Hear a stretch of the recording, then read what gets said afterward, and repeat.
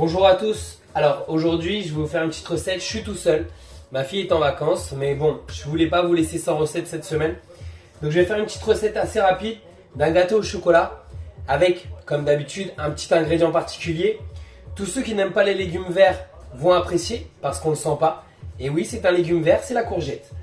Donc pour ça, il nous faudra une courgette râpée finement. Avec ça, on aura besoin de 45 g de cacao en poudre, de 85 g de cassonade, 85 g de pépites de chocolat. On aura besoin de 80 g de miel, de 245 g de beurre de cacahuète. Si vous n'aimez pas ça, vous pouvez remplacer par du beurre d'amande par exemple. Et de 3 œufs, tout simplement. On râpe les carottes en premier. Ensuite, je mets mes œufs. Je mélange. On n'est pas obligé de mélanger au fouet, on peut mélanger tout simplement avec une grosse cuillère. Ensuite à ça, j'ajoute mon cacao.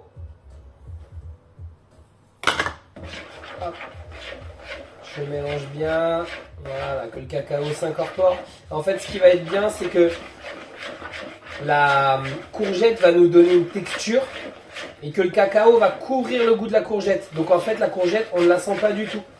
Donc même si vous avez des enfants qui n'aiment pas les légumes verts et que vous voulez leur en faire manger, vous pouvez mettre ça avec du cacao, ça passe très bien. Donc je rajoute la cassonade, je remue encore. Hop. Je rajoute le miel ou le sirop d'érable. Moi j'ai mis du miel. Alors effectivement, il y a de la cassonade et du miel, ça va pas être trop sucré, vous inquiétez pas. Même pour l'indice glycémique, pour ceux que ça intéresse, on va pas être trop haut en indice glycémique. Et voilà, je continue à mélanger correctement. Hop. Vous allez voir, c'est quelque chose vraiment, quand on a préparé ces ingrédients, qui va très vite. Je rajoute mon beurre de cacahuète. Hop, voilà. Ça va donner une espèce de gâteau brownie fondant au chocolat. Vous allez voir, on va se régaler.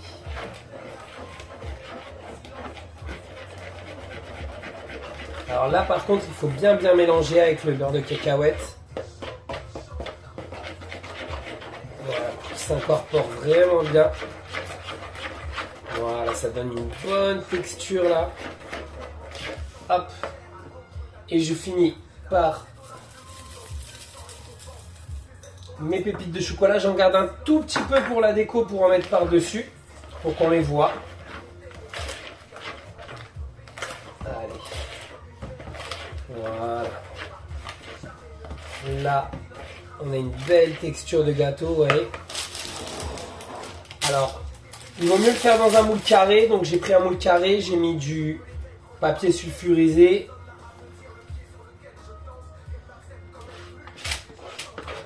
Voilà, je fais couler dedans.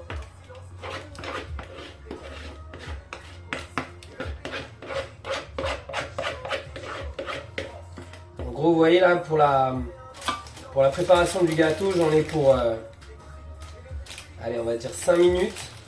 Et j'en ai pareil pour 5 minutes de préparation d'ingrédients. Donc en tout, c'est un gâteau qui va vous prendre 10 minutes à faire. Donc au début, j'ai fait préchauffer mon four, je ne vous l'ai pas dit, à 190 degrés traditionnel. À chaque fois, on vous dit traditionnel parce que nous, on aime bien faire en général les choses au four en mode tradition. Si vous préférez les faire en mode chaleur tournante, vous avez juste à enlever 10 degrés, tout simplement. Après, nous, on préfère les faire en traditionnel parce qu'on trouve que ça dessèche un peu moins. Ça garde un peu plus de côté soyeux à nos préparations. Voilà. Hop. Donc j'ai rempli mon moule. J'étale un peu ma préparation. Voilà.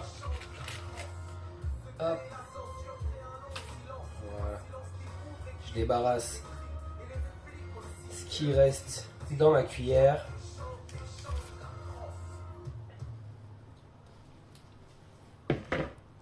Hop là.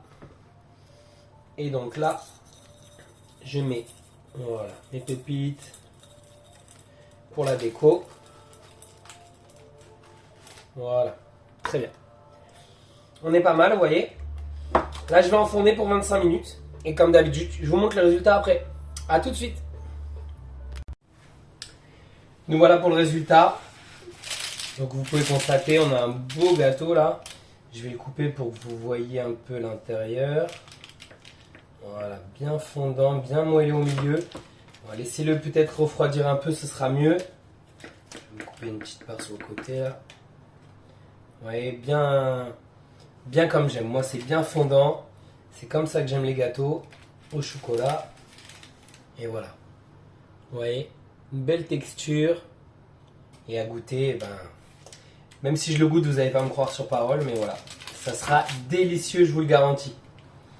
Comme d'habitude, si ça vous a plu, likez, partagez, commentez. J'ai réactivé sur les vidéos les commentaires il n'y a pas longtemps. J'avais fait un mauvais réglage et du coup on ne pouvait pas commenter. Donc n'hésitez pas à commenter, à nous partager si vous avez réussi à faire les recettes, si vous avez des suggestions, si vous voulez des recettes en particulier, on les fera avec plaisir. Normalement, la prochaine fois, ça sera une recette avec Stella. Donc voilà, je vous dis à bientôt pour de nouvelles vidéos de père et fille en cuisine.